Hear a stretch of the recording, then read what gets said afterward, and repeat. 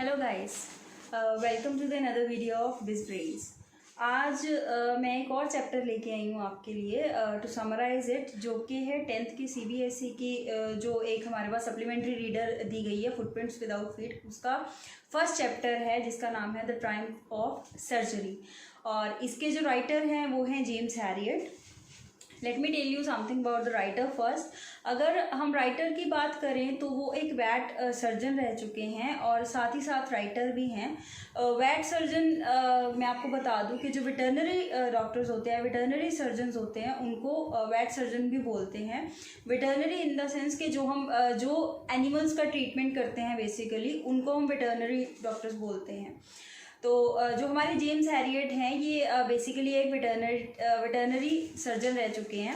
तो इनकी जितनी भी राइटिंग्स आप देखोगे वो सारी ही इनके रियल लाइफ एक्सपीरियंसेस में से ली गई हैं। जैसे अगर हम इसी टॉपिक की बात करें तो ये जो ट्रायम्फ ऑफ सर्जरी है ये भी इनका एक रियल लाइफ एक्सपीरियंस ही था। सो अब नेक्स्ट इसके बाद हम डिस्कस करेंगे हमारी जो ये चैप्टर है उसकी डिटेल्ड समरी। ओके, सो हमारे चैप्टर का जो नाम है वो है the triumph of surgery. Triumph here means to win something और to have victory on something, and surgery as you know. So अब हम देखेंगे कि इस चैप्टर में किस की सर्जरी की बात हो रही है। So the story begins with mister James Harriet, who is the author of the story. कि जेम्स जो हैं वो अपनी गाड़ी से जा रहे होते हैं and there he got a chance to see Mrs Pumphrey was coming with her dog named Tricky. तो ट्रिकी जो है इस स्टोरी का मेन पार्ट है। ये स्टोरी जो है सारी वो ट्रिकी के अराउंड ही आप देखोगे कि रिवॉल्व कर रही है। तो वो क्या करते हैं कि मिस्टर हैरियट जो है फर्स्ट वो ट्रिकी को देख के ही गॉट सरप्राइज्ड और मोर देन आई से कि ही गॉट शॉक्ड, क्योंकि जैसे उन्होंने ट्रिकी को देखा कि ट्रिकी जो यूजुअल से था वो बहुत ज़्यादा फैट हो चुका था। Even he looked blotted at that time. तो वो बहुत ज़्यादा हैरान हो जाते हैं उसको देख के। तो ही गॉट एन अर्ज कि मैं जाके उससे पूछूं मिसेस पम्फ्रे से कि ऐसा क्या हो गया है। लेकिन इससे पहले कि वो कुछ पूछते मिसेस पम्फ्रे ने खुद ही जस्टिफाई करना शुरू कर दिया कि मैं अवॉइड करती हूँ इसको वैसे तो, कि मैं जंक फूड ना दूँ, इसको ऑयली खाने को ना दूँ या मीठा खाने को ना दूँ। लेकिन फिर मुझे टेंशन इस बात की हो जाती है कि कहीं इसको माल न्यूट्रिशन ना हो जाए।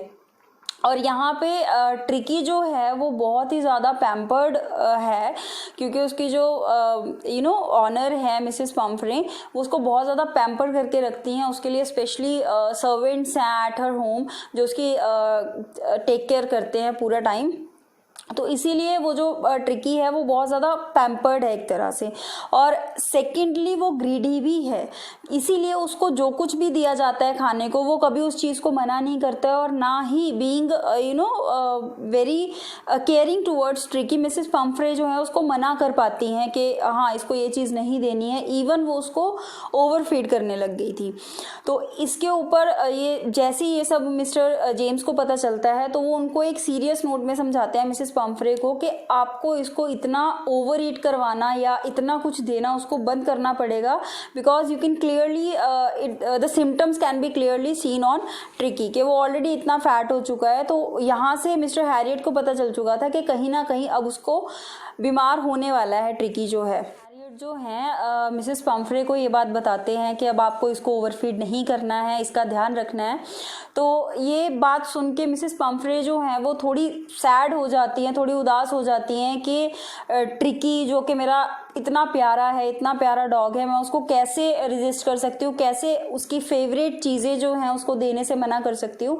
And on the other hand वो अशेम्ड भी फील करती हैं थोड़ा सा, क्योंकि मिस्टर हैरियट ने उन्हें पहले भी वार्न किया था इसी बारे में, लेकिन इस चीज़ का उनके ऊपर कोई असर नहीं हुआ।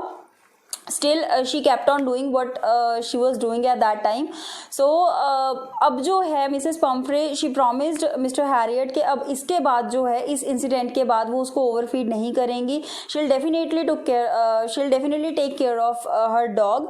तो इसके बाद क्या होता है, तो ये जो कन्वर्सेशन है एंड अप होती है and Mr Herriot just went off to his work. तो कुछ दिन तक तो ही वेटेड के मे बी कॉल आ जाए मिसेस पम्फ्रे का। तो फिर उनका उनको लगता है कि कॉल नहीं आया तो शायद जो ट्रिकी है वो अब ठीक हो गया होगा, उसकी तबीयत में उसकी तबीयत ठीक हो गई होगी। तो वो थोड़ा वरीड पहले थे, लेकिन अब वो थोड़ा नॉर्मल हो चुके हैं। So now what happens is कि एक दिन जो है मिस्टर हैरियट के पास एक कॉल आता है, एंड गेस व्हाट, किसका कॉल होगा? ऑब्वियसली वो जो कॉल होता है वो मिसेस पम्फ्रे का होता है। तो मिसेस पम्फ्रे डॉक्टर को बताती हैं कि ट्रिकी जो है उसकी हालत बहुत ज़्यादा ख़राब हो चुकी है, he was not even moving at that time. तो मिस्टर हैरियट जो कि पहले ही जिनको पता था कि हाँ, क्योंकि उन्होंने ट्रिकी को पहले देखा हुआ था, तो he somehow knew about that that's gonna happen at that time. So वो क्या है, अब वो डिसाइड करते हैं कि अब ट्रिकी को उनको यहाँ पे अपने जो उनका हॉस्पिटल है वहाँ पे लाना पड़ेगा और वही उसका ट्रीटमेंट करेंगे।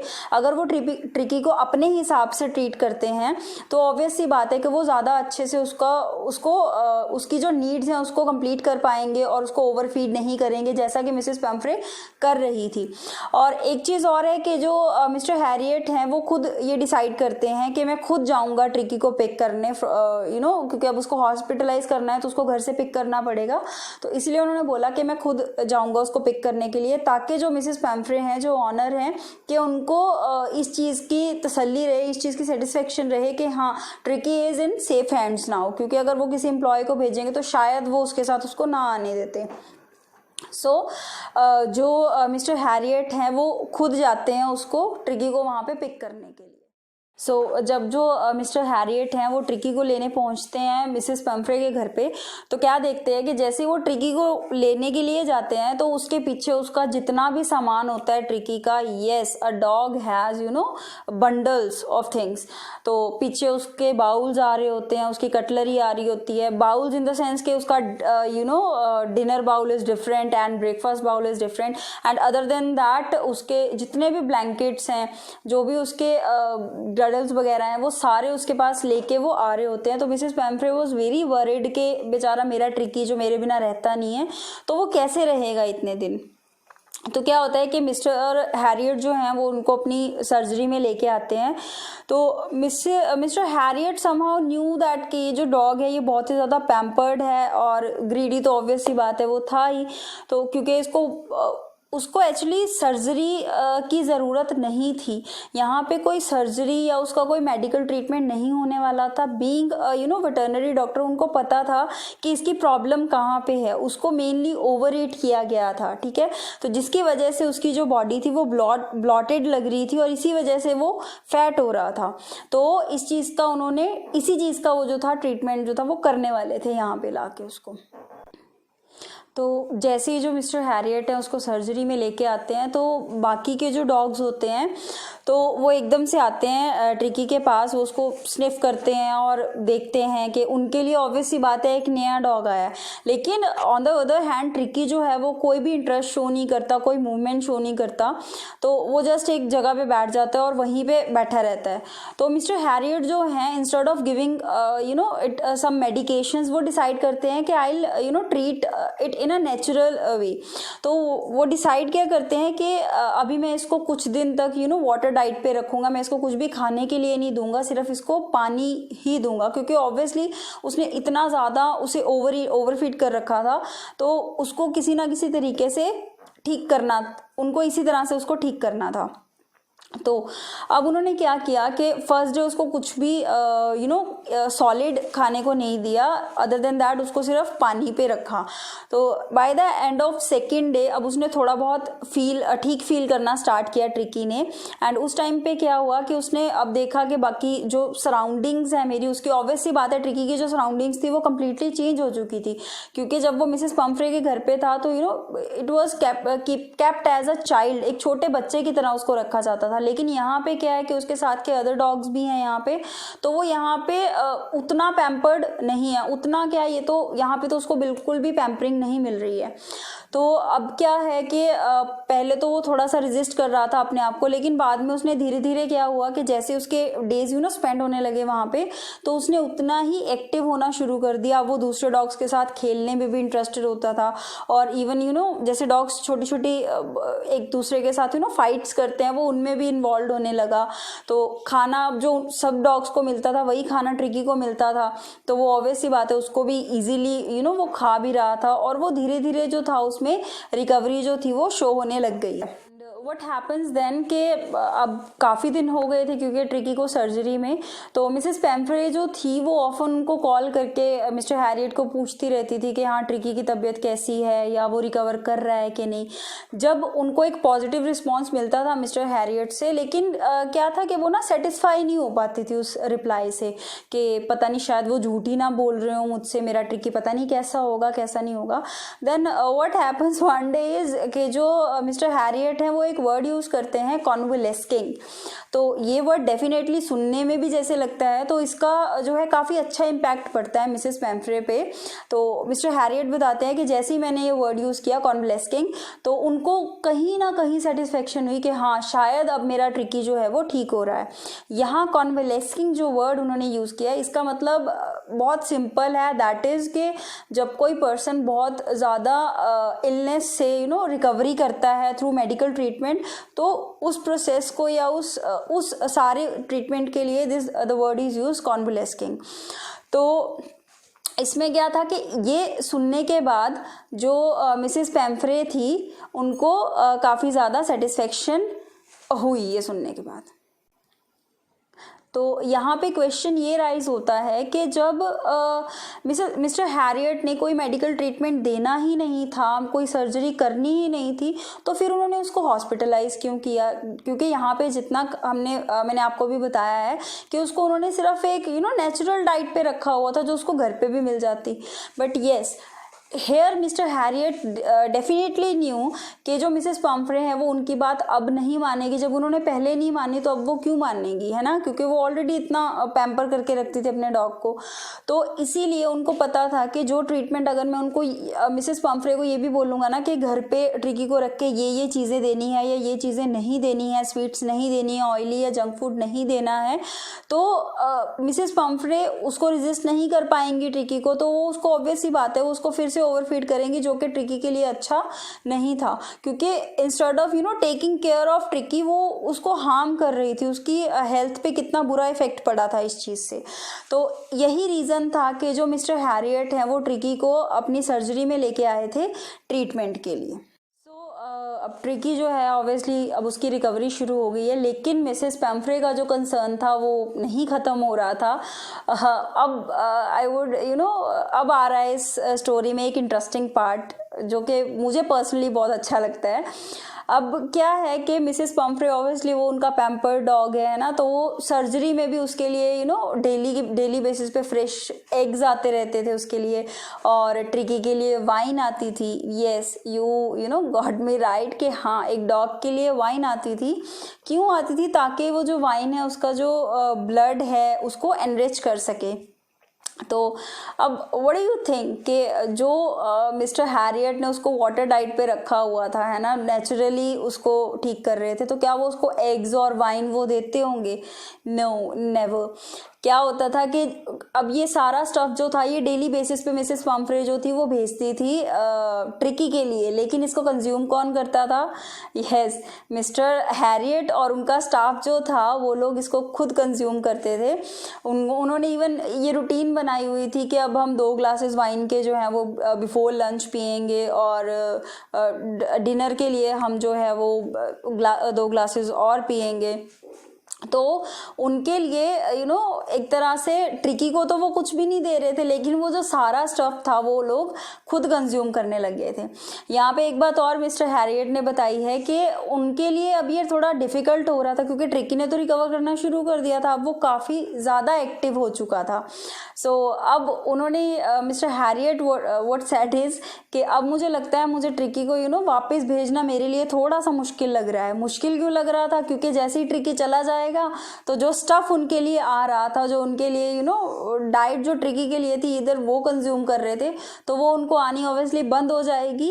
तो यही रीज़न था कि वो नहीं करना चाहते थे ट्रिकी को, मतलब ये नहीं सोच रहे थे कि मैं ट्रिकी को छुट्टी दूं या उसको डिस्चार्ज कर दूं। हैरियट को ये पता तो होता है कि अब ट्रिकी को वापस तो भेजना है, तो व्हाट डज इज के वो कॉल करते हैं मिसेस पम्फ्रे को और उनको बताते हैं कि आपका जो डॉग है, आपका जो ट्रिकी है, अब पूरी तरह से वो रिकवर हो चुका है, पूरी तरह से ठीक हो चुका है, तो आप you can now come and pick him up from the surgery.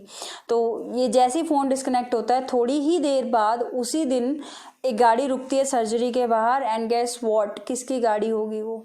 Obviously it was a car of Mrs Pomfrey, जो कि अपने डॉग ट्रिकी को पिक करने आई हैं।